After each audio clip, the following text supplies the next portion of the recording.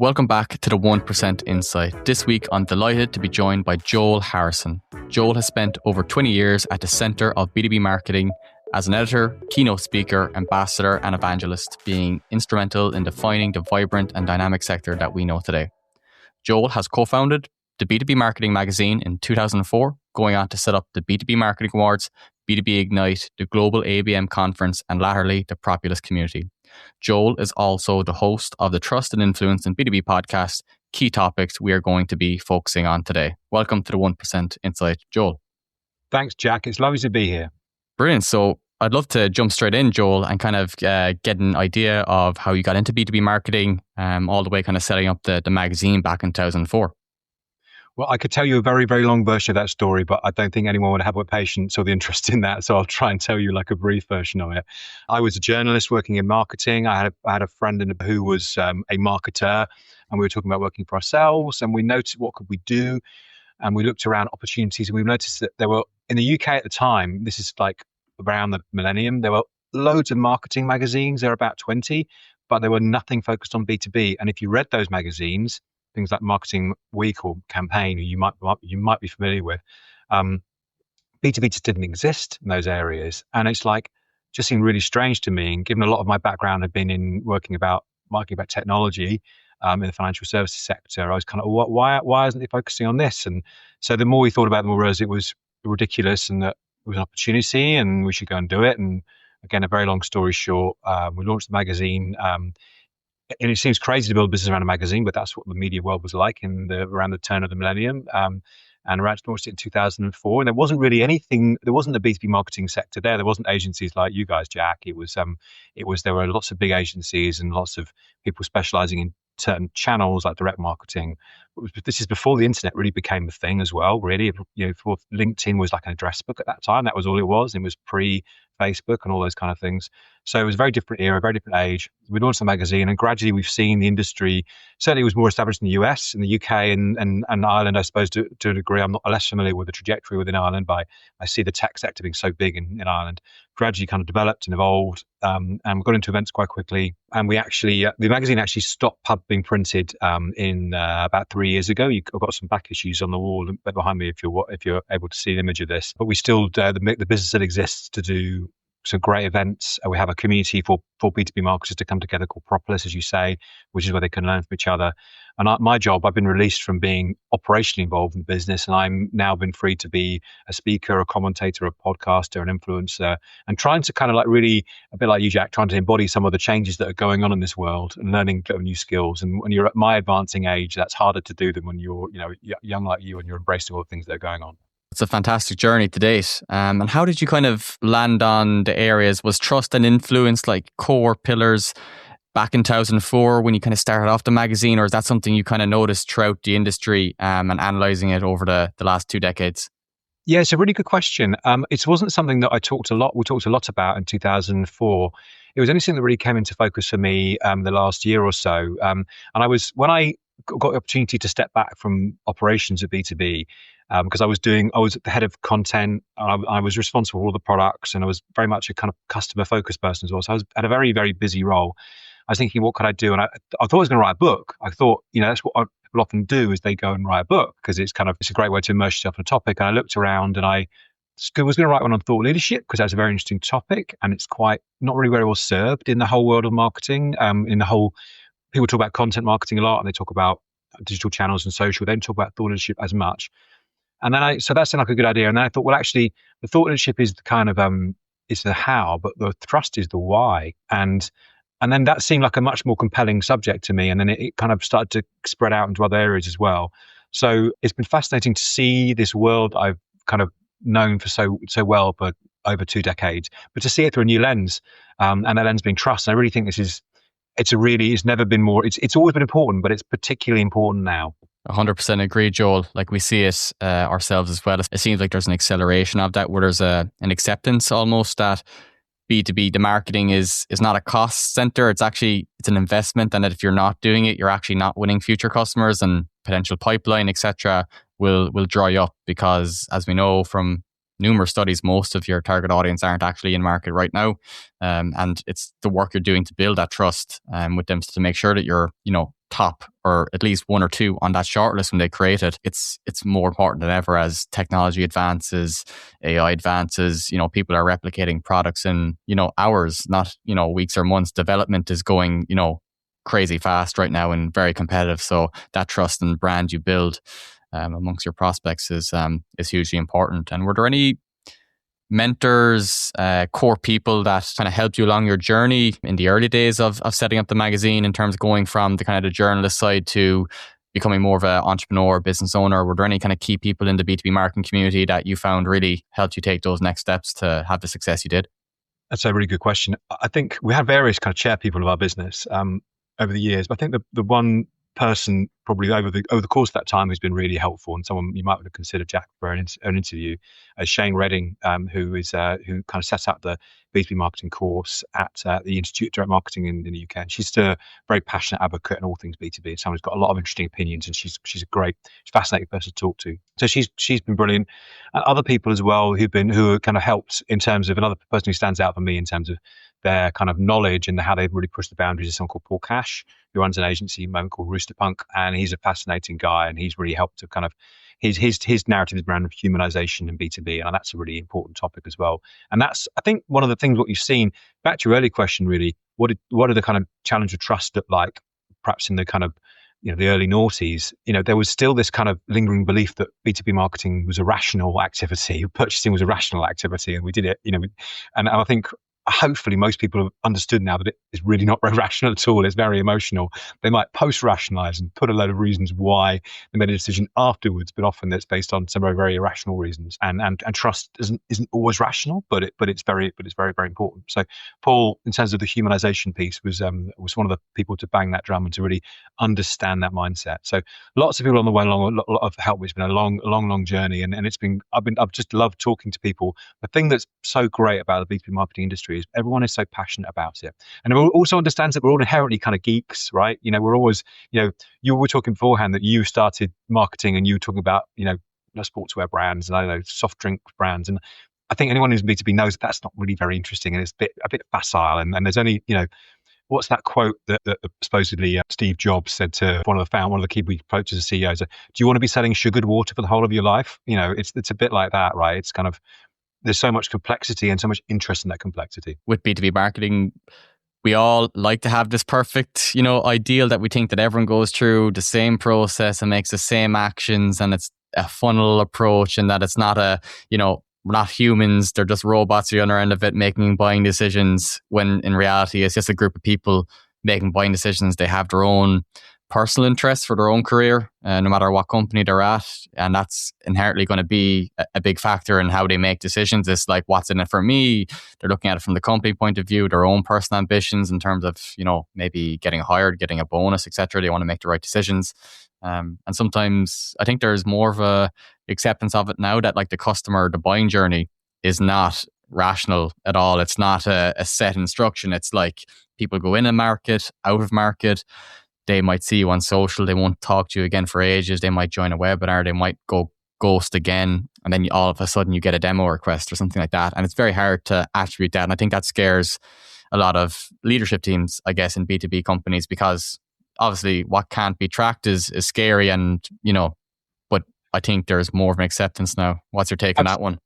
Absolutely, and we're still in this world where MQL seems to have it'd still be a currency that's viable, but I think most marketers know that its relevance is limited at best. So yeah, it's a very challenging, interesting world. It is, definitely. I guess we're in 2026 now, first Monday, official Monday back in 2026. So we're going straight into it. In 2026 and beyond, in your own kind of analysis of the market, Joel, and your experience, what are the biggest challenges that B2B companies are facing when they're trying to build this trust and credibility with their potential buyers?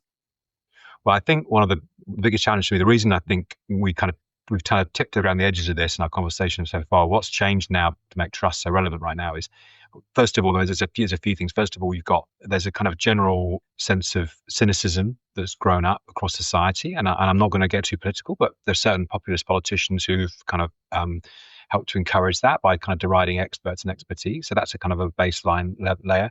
You also have kind of traditional sources of trust have been removed. And, Jack, I come from a different age to you. I grew up in the era of magazines where, there was authoritative sources that you knew they were authoritative because they landed on your desk in print and paper form, but even subsequent to them, those brands were very powerful on the internet, kind of media intermediaries. But those guys have increasingly become diminished in terms of their authority and then the kind of space they take up in the market. There's much more noise in the market now. And then a link to that as well, then obviously in the last 3 years we've had, or is it 3 years? I can't remember when ChatGPT launched. It's kind of scarily a long time ago now, isn't it? Everyone has this ability to generate huge ability to create AI slop is the kind of term which seems to be used for it. Very easy to create compelling looking content from the outside, which actually isn't really based on anything and isn't really grounded and isn't really authoritative and very robust. So there's more noise. It's harder it's more messages we're all consuming. So it's harder to make your message stick. So that's where building relationships is really, really important and investing in trust and mechanisms to really reinforce the value and the importance and the resonance of your messaging and your whole authority around your brand.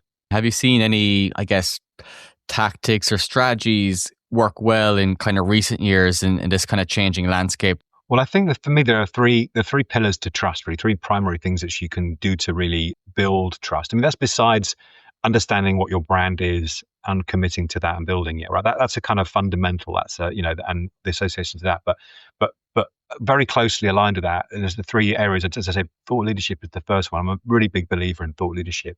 Having something that you believe in, that you stand for, and that you are, and clearly expressing the benefits of what you do as an organization and the challenges which you help people address. So it's not so much about purpose, well, it can overlay with purpose. It's about how your organization can help address the problems and perhaps identify problems which they didn't understand or appreciate yet. So you're helping to build that sense of relationship and that sense of trust with an organization via, higher level content. So it's distinguished from, it's not just content marketing, because people often confuse content marketing with thought leadership. Of course, they're both content, but one is content marketing for me is more kind of transactional. It's more around that kind of demand generation process, that flow.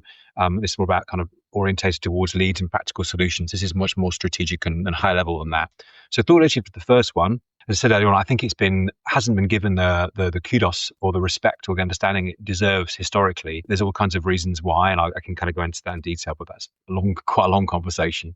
The second area is influencer marketing, which I think is something which has, again, a lot of people have assumed has been a consumer discipline, a consumer thing, because of what we know and we see in our consumer world. We see influencers who are promoting consumer brands and are, on social media, on TikTok and channels like that, and being kind of very overt in their kind of promotion of that. Whereas influencers in B2B, and there was a great study, it was a piece by Ogilvy about 3 years ago, which really penny dropped for me, that influencer marketing is a much broader sphere than that. It's not just those paid individuals who play an important role within influencer marketing, but they're not the only voices that are able to drive influence. There's a big overlap between thought leadership and influencer marketing, but also the other aspect you have of influence marketing is internal influencers or people within your company who are influencers. So, and there are third parties who are influential, but they won't be paid. And journalists are a great example who fits that character, or commentators in the market more generally. So understanding influencers is a really, really powerful way of driving trust. And it's that third party aspect to that, albeit via voices that aren't overtly expressly paid by you and your organization, but also have different distribution channels, able to amplify and reinterpret in a way that seems relevant to them and is authentic to them. And the third area, I'd say, and these three really do overlap, is advocacy. And we all know, without having to be told, no one was surprised if you say that your customers are your best advocates, they're your best route to market.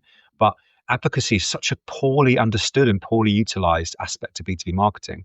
So few marketing programs really seek to kind of, weaponize is the wrong word, but operationalize that advocacy base of existing customers beyond perhaps some very kind of standard things like case studies. And we're starting to see that recognized in B2B marketing. We're starting to see kind of what I'm kind of calling like a trust net area evolving of providers and solutions that are specifically focused on kind of formalizing and deploying all those great vibes you have from your customers to actually help your marketing work better. So for me, it's influence, it's thought leadership, influencer marketing, and advocacy. They're very closely related, particularly, if LinkedIn will call thought leader ads, they're basically influencer marketing ads, but they'll call them thought leader ads. And advocacy can be your team as well. But those are the three things for me, which are the most powerful means of really helping to ramp up your trust, particularly in this current world. Back to a previous point, I think you made on the thought leadership. Why do you think historically that this hasn't been an area that, brands have wanted to invest in, or they don't see the real value? They think it is as a cost, where that's building the trust, building a thought leadership function, the advocacy, the influencer marketing, all those areas working together. Why has that kind of been neglected? And B2B marketing teams have had to fight so hard to kind of maybe fight that battle to say it is worth it, and then maybe not being given that support from leadership. It's a really good question. I think there are a lot of reasons for it. One of them is that thought leadership was disconnected from the commercial aspect of marketing. It was seen as a kind of a top of funnel. I know we're kind of questioning the notion of the funnel is a dubious one at best, but at least we understand where it is in the process. It's a top of funnel activity which organizations have struggled to connect meaningfully to revenue orientated metrics. Right. So this is the bit that many people who are detractors of B2B don't really understand. You have people who are in your organization, B2B organizations, that need to be able to see what their marketing is delivered, right? And brand awareness just isn't something which connects to revenue in a way that's meaningful for those people. So that's why thought leadership, one of the reasons why thought leadership has been disconnected from it. Another one is it's very complicated and expensive because there's one of the reasons why it's different from content marketing is because it has to be based on data, whether that's research, primary research, or whether it's kind of customer data. It has to be some rigorous basis rather than just being just some nice content you've created. And that's expensive and time consuming. And we know that B2B marketing often works on short time frames. Third reason, which I'd point to right now, because there are others, is the fact that often B2B marketing campaigns are run by integrated agencies, right? Now, you're a content agency, what you guys do, and I don't know, I suspect you have a pretty good take on what thought leadership is. But if you're a B2B marketing agency and you're delivering advertising or program, whatever level you're doing it, that's your primary orientation. You're not really, thought leadership isn't something which you understand or can sell. You basically sell what you do, right? And they don't, and typically those agencies, who are great companies, they do a great job, and they can derive excellent results, will sell what they do because they're businesses as well. So, and they don't understand thought leadership is complicated, it takes time, it doesn't align with what they do, it doesn't demonstrate results. They're not going to push that. They're going to push the things they do understand. So there are lots and lots of reasons. For, I guess, sitting in the shoes of maybe a marketing team within a B2B company right now, many have set the strategy or are still kind of working the last few bits going into 2026. This week, next week, by the time this is released, they'll probably be a couple of weeks into their strategy. And they may or may not have, I guess, got that buy-in to say, test that out a bit more to thought leadership or your content marketing and kind of develop something like a brand focus on the trust. They mightn't have got the budget just now for it. How would you advise them to kind of showcase the real value, or I guess the consequences maybe of not investing it, that they can maybe speak to their leadership team, the CFO of their B2B company, and say, listen, we need to actually invest in this, and this is why we should do it. What type of conversation, or how would you kind of take that conversation if you were in a B2B marketing team at that company? One of the biggest challenges for marketing leaders in B2B is knowing how and what to say to the CEO and the CFO, because they don't speak marketing. They think they understand marketing and it's simple, but they don't really speak marketing. So marketers have got to know. I don't want to make it sound patronizing, because I really don't mean it, because I know it's incredibly hard. They've got to know how to communicate with them in a way that's meaningful to them. And saying we're going to do thought leadership because it's going to communicate build a better relationship with our customers and position ourselves around a great topic. They're going to go, okay, great. So what? I guess the thing for me is you've got to strategic thought leadership. I've done a lot of work around this based on the entries to the B2B Marketing Awards. Is when you have thought leadership that is joined up all the way through the funnel. It's not just a top of funnel brand oriented exercise. That way lies madness, essentially. Like, but great B2B marketing has to be integrated and has to demonstrate success with the funnel. So it's got to be able to demonstrate, if not MQLs, then it's got to demonstrate ability to drive engagement with your organization. It's got to be able to position you and provide meaningful marketing traction, which the sales team recognizes, embraces, and wants to utilize actively. And it's actually then got to be deployable within the sales conversation as well. So it's got to be able to have an impact on the middle of the funnel and the bottom of the funnel. And those look like different things in different ways. So for me, that means that you can't be spreading your marketing dollar or euro or pound thinly. You've got to focus it around larger themes where you have a thought leadership messaging at the top, which can be deployed in a more demand generation capacity further down, and then again in a kind of interactive, dynamic capacity for the sales team. So now, would you necessarily say that in as many words to CEO or CFO? I'm not sure that you would. Ideally, you should have such a good relationship with them. They would kind of understand that. It's you need to tell them what it is. Need to agree what the terms of engagement are with them. For me, it's a better way of getting, if you do it right, and doing it right is complex. I'm not going to pretend that it's not. It's a better way of getting better marketing bang for your buck and creating something which has a resonance over a longer period of time and repeatable over multiple years. There's also the other question which you asked, Jack, is if you're not going to do this, how are you going to distinguish yourself in this increasingly competitive, samey market where everyone's pumping out the same stuff all the time? So you've got to do something different to distinguish yourself, and that could be you do amazingly creative advertising, but that might not be that.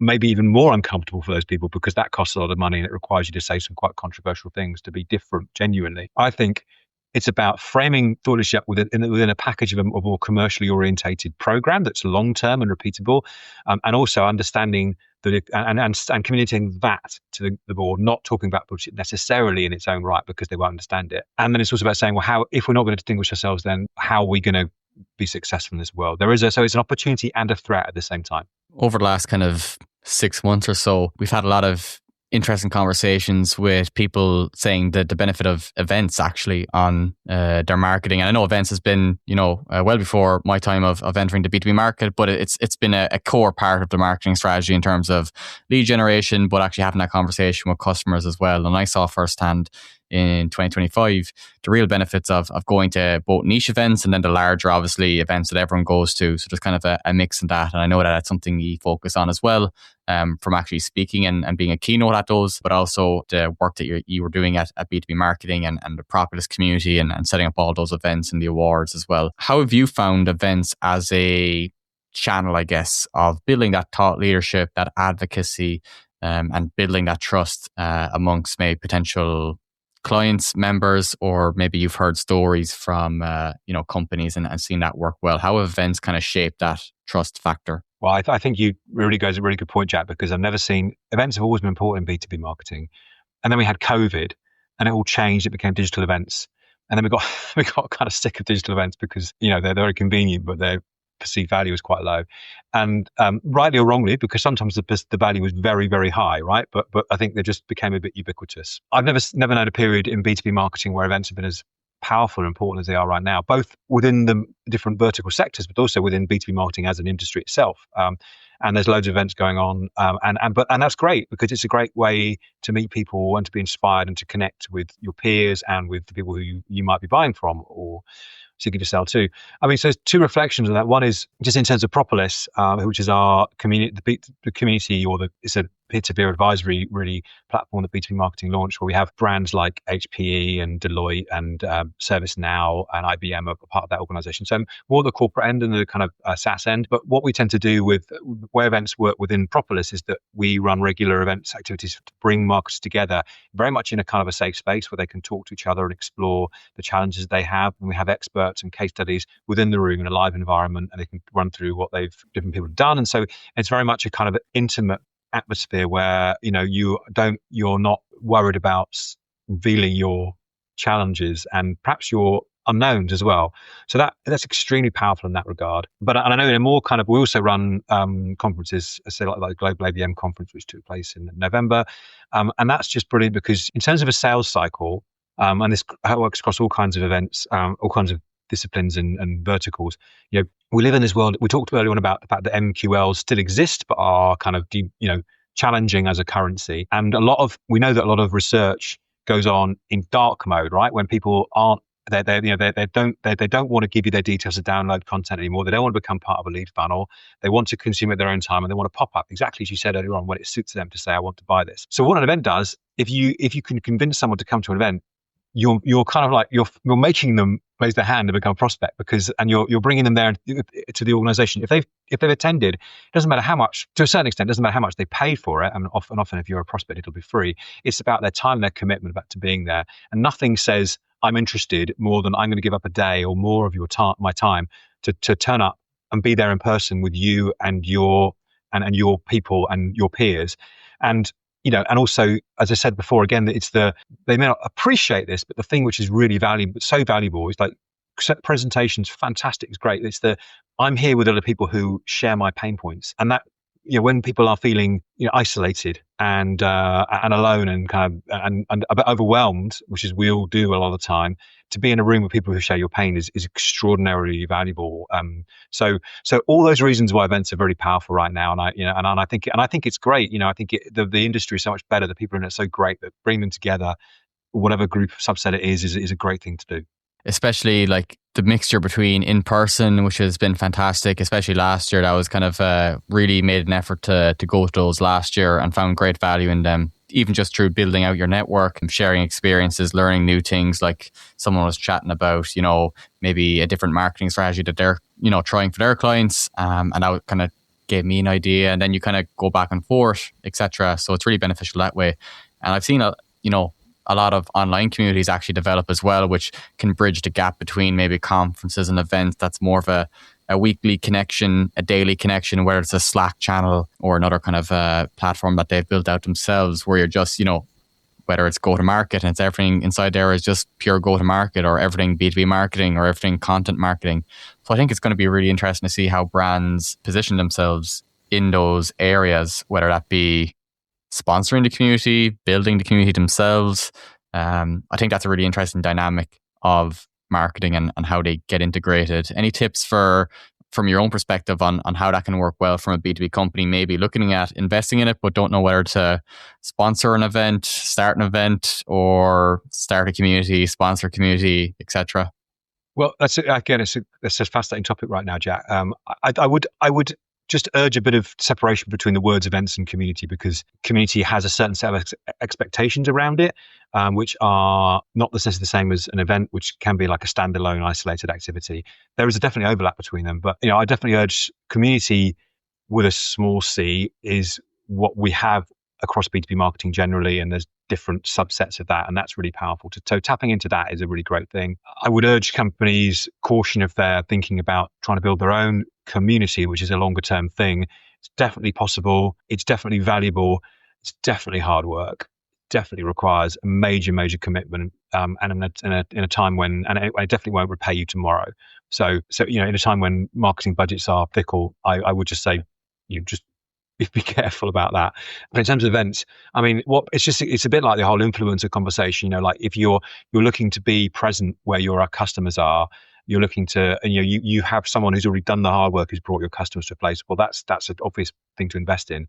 But in terms of running your own events, I did some work. I'll be kind of upfront in terms of I did some work as an influencer with Cvent recently, who are an influencer platform, and their piece of work really resonated with me because they were talking about what event-led growth looks like, and it absolutely aligned with what B2B marketing does for Propolis, which is that it's actually not so much about big one-off, landmark events. Those things are good, but actually it's the regular and often little bits and smaller events for niche groups of people, which can be more powerful because, and they can be more tactically deployed as well. And so that's better aligned probably with an annual go-to-market strategy than an annual event, even though annual events are good too. As you were talking, what it reminded me is to go back to my other point about your customers, right? Because they're so fundamental, and we're still talking now.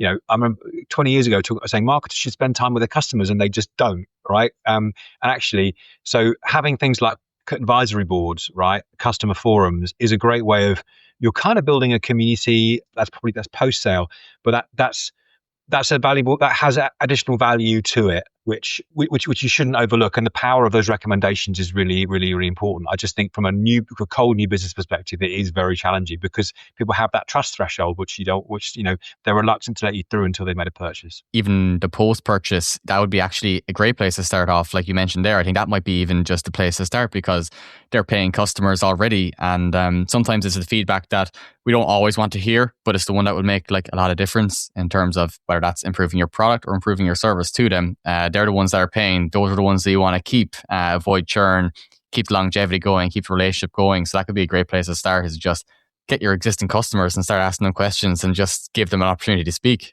Agreed. Absolutely agreed. There you go. We just solved B2B marketing just in one afternoon on the first day of January as well, which is fantastic. We can sit back anyway from here, Joel. I think 2026 will be a breeze. So we're pretty much set.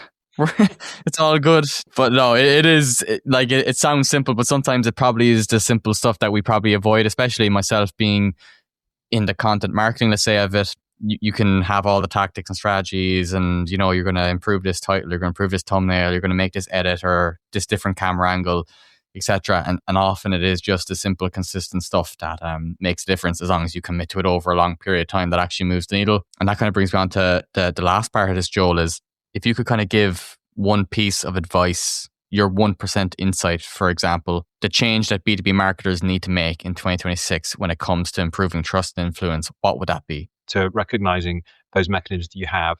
I really think thought leadership is the thing which is going to drive so much value, and it provides a central area for your messaging. It provides a real central voice and allows you to tap in. So I would urge you to think about that. But all those other areas, advocacy is so powerful, right? If you can get your customers on board, it's not that it can deliver so much opportunities, so much benefit by having those people aligned around what you're doing and deploying them in your communications.